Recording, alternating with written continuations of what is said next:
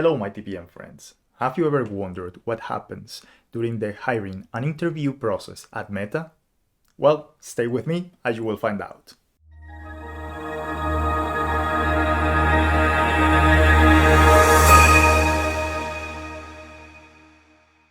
Hello again, and welcome back.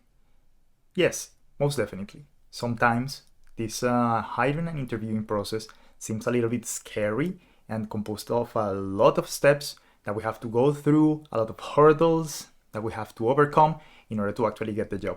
But you will find out that it's not that difficult. And with this series of videos, I intend to show you step by step what are all the interviews that you're going to face during all this process. And definitely give you some pointers about how to prepare. Please bear in mind that you have to actually think if you actually want this job. And the reason is this will imply some effort on your side in order to actually get it. So be prepared. The first step that I want to do is basically to show you a diagram with all the interviews and different steps that you are going to go through all this interviewing or hiring process. This one, it's you. After you sent your CV to Meta and then you received an email saying that, yeah, we're interested in your experience and we would like to start an interview process. So yeah, you have all the hurdles that you have to go through in order to actually get the job. So the first one is a recruiter interview. This is an interview that is going to take no more than 30 minutes and it's done, as its name says, by the recruiter. Then the next one, it's going to be the phone screen interview. That even though that is not done through phone, but through an actual video conference, well, this one is done by a TPM. And then the last one is the full interview loop. The full interview loop, as you can imagine, is the most complex of all of them. As you can see, our stick man is sweating there because this one takes some hard work. And it's primarily composed of 5 different interviews. The first one is partnerships. The second one is behavioral. The third one is program sense. The fourth is technical retrospective. And the last one is systems design. We have these 5 interviews and there is no order to them. Actually, when you're assigned all these interviews and you receive the invite for all of them, they can be executed in a different order, in a complete random order. So the order that I'm assigning here, it's related to complexity. At least the complexity, I think, it's associated to them. From puppies and kitties level to boss level. These might feel scary and complex, but don't worry. I'm going to guide you through all these interviews, giving you a brief explanation of each one of them. And then in later videos, I'm going to give you even more details so for you to prepare. So in that case, let's go for the first one. The very first interview is a recruiter interview. Here you have to be very clear about why do you want a change from your current work and why do you want to work for Meta. There are not going to be any technical questions. It's going to be mostly about your experience, your past experience. So go back to your resume, check it out, try to highlight some points and some important stuff that you have done throughout your career in the last 7 years, and have those fresh in your mind for this interview. Then the next one is a phone screening. The phone screening, even though that its name somehow suggests that it's going to be done over phone, that doesn't happen in reality. It's over video conference. And the way that it happens is that this interview is going to be divided in 2 parts. One part, which is mostly related to program sense, meaning all your experience in program management. And the other part is going to be a technical part, mostly related to systems design. So for this interview, you definitely want to highlight your very best experience in your CV. So go there, identify the parts which are the highlights of your career, because the object of this interview is just to impress the interviewer, so for you to go to the next round. This interview is definitely done by a TPM. And now we arrive to the very first interview of the full loop, program sense. When I say the first interview, remember that I'm classifying this in order of complexity. It doesn't mean that you're going to get this interview first. It's going to be completely random, the one interview that you're going to get first during your full loop. But when it comes to the program sense interview, as its name says, it's only related to program management. Here, the questions are going to be part related to your experience and part hypothetical. It will be really important for you, again, just to have fresh in your mind all your projects that you have been executing for the last 5 years. For that, I recommend you to actually put together kind of a matrix or a spreadsheet, just highlighting all the projects, their impact, things that went well, things that didn't go so well, and some of the most difficult or challenging situations and how did you solve them. Please remember, this interview is an interview that you can control in the sense that this is related to your past experience. So as long as you have information readily available and kind of a mnemonic aid just to jolt your memory right on the spot, you are going to be completely all right here. And we come to the second interview of the full loop, called behavioral. Behavioral is no other thing rather than see how the candidate adjusts to the Facebook values, to the meta values. This one is super easy because the only thing that you have to do is just to go to the web, research what are the values associated to meta, and then see what situations in your professional career can reflect those values and have those examples readily at hand. Here, the main goal is just for the interviewer to identify if you are going to be successful working within Facebook. Nothing else. Well, as you can imagine, whenever you're working at Meta, you will work with I don't know how many teams. I mean, it's going to be like a lot of teams that you're going to work with. There are going to be a lot of XFNs, meaning extended partners that you're going to work with, meaning product managers, data scientists, data engineers, product marketing managers, and you name it.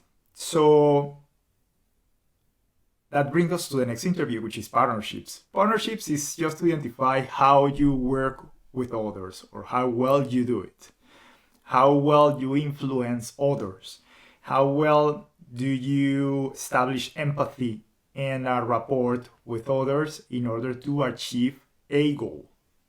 So, as long as you are a reasonable person, I think there is no problem on this one. As long as you are open to and a person that is able to listen to others and then find a solution together, that's you're going to be completely all right on this one. The second to last interview when it comes to difficulty is the systems retrospective, or technical retrospective. So what the interviewer is going to do here is basically to allow you to pick a particular system that you've been involved in the past and is gonna deep dive into architectural topics and into how involved were you in making decisions and influencing that system from the technical point of view. It is important that you actually pick a very representative example here. For example, it has to be a system which you know in and out in a perfect way. So you should be able to actually depict the system at high level and then go and deep dive in each of those components and how they work together. And the other aspect that you have to cover is that you should be 100% involved in the technical decisions that were made during the creation or maintenance of that system. So it's not only about knowing, it's also about influencing and be an active agent when creating or maintaining this particular system. And now, for the final interview of the loop, it's going to be the systems design interview. This one, for me, is the most complex of all interviews. And personally, when I got into Meta, it was super scary. And the reason is that it's completely unpredictable. It's composed of just one single question, which is very open, and you are asked to build a particular feature or a complete system. In this one, is it possible to have some level of control? Because there are generic questions that should be asked during this interview. And then afterwards, the rest of the interview will flow in such a way that is associated directly to the scenario that the interviewer is bringing up. So probably in further videos, I can clarify what's the structure that you can follow and some guidelines in order to make you successful at this one. But yes, for me, this is the most complex of all of them. And definitely you should prepare and work on different scenarios in order to polish your skills when it comes to system design. One thing that you're going to notice whenever you are being interviewed at Meta is that the interviewers are going to be typing a lot. And the reason is that they are taking notes. It's not that they are not paying attention to you, it's that they need to take thorough notes for the hiring committee. So all these notes are later on input into a tool which is going to be seen by the hiring manager or the hiring committee just in order to make a decision. One thing that I definitely can tell you about the process is that don't get all nervous because you didn't do so well in one interview, but you did really well in the others. So remember that this is kind of a trade-off or a balance that the hiring committee takes into account. It's not that you have to be perfect in every single interview in order to get the job. Of course, if you've been perfect in all the interviews, then you are super safe and probably you're gonna get it. But let's not call it failing, but doing not so well in one interview, it doesn't mean that you won't be able to get the role. So rest assured, relax, and just enjoy the process. Of course, I want to give you some recommendations in order to tackle this generic set of interviews that you are gonna have. First one would be definitely when you're asked about whether you want to split your loop in multiple days or not, go for it. Split it in 2 or 3 days. The reason is that these interviews are really strenuous and you're gonna be feeling really tired after each of these interviews. So if you can minimize the effect of that by splitting the loop or the interviews in several days, the better. The things you will have time to rest, you will have time to think, and it will definitely help you in terms of you will become better for the next set of interviews the next day. You will remember other scenarios, you will remember other stuff that you didn't mention in your interviews, in your past interviews, and you're gonna do great. One thing that usually happens when people takes all these interviews the very same day is that by the time they reach the last or second to last interview, they are so tired that they just want the thing to be over and they don't provide the right answers to the questions. So we don't want you to go for that. We want you to shine when taking these interviews. So split them. So the other thing is prepare for the interviews. For this, I would definitely take the advice that once a friend told me, looking for a job is a full-time job. So don't minimize or don't underestimate this set of interviews. You need to prepare. They are complex and they are going to require a lot of you. So things like mnemonic aids, things like practicing scenarios, things like reading books associated to the type of questions that are associated to this would be really useful. And definitely one thing that I recommend is just to find a coach for these interviews and also do a lot of mock interviews. That definitely will give you the confidence, will give you an idea of the questions that you're gonna get, and that you are gonna feel a lot more prepared. And finally, mind the time. For each of these interviews, you're gonna have 45 minutes in total, which is not true. You are gonna have only 40 minutes. The last 5 minutes are reserved for you to ask questions. So, there are some interviews in which it's very easy to actually manage the time. For example, Program Sense or Behavioural. There are a set of questions that is limited in number. For example, 5 or 6 that are going to be those questions are going to be asked during those kind of interviews. But when it comes to other interviews, which is the time length is not that specific, for example, technical retrospective, and even more so, systems design, you have to be very aware of the time. Have a timer right next to you in order to make sure that you will be able to cover all the stuff that you want to talk about without running out of time. One last thing that I definitely want to stress here is that you really have to think about whether you want or not the role that you are applying for at Meta. And the reason is it's going to require effort in order to prepare for these interviews. So as I said, do not underestimate it. Be prepared, do your homework, and I'm pretty sure that you're gonna get it if you do so.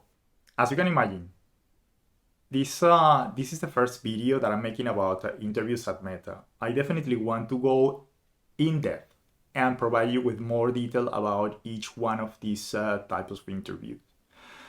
And the reason is this is just kind of an overall or an overarching view of what the interviewing process at Meta is, but you will definitely need a little more concrete help in order to be successful during this. So wait for those videos. Those are coming up in the next few weeks. And as always, remember, be kind, be smart, have fun.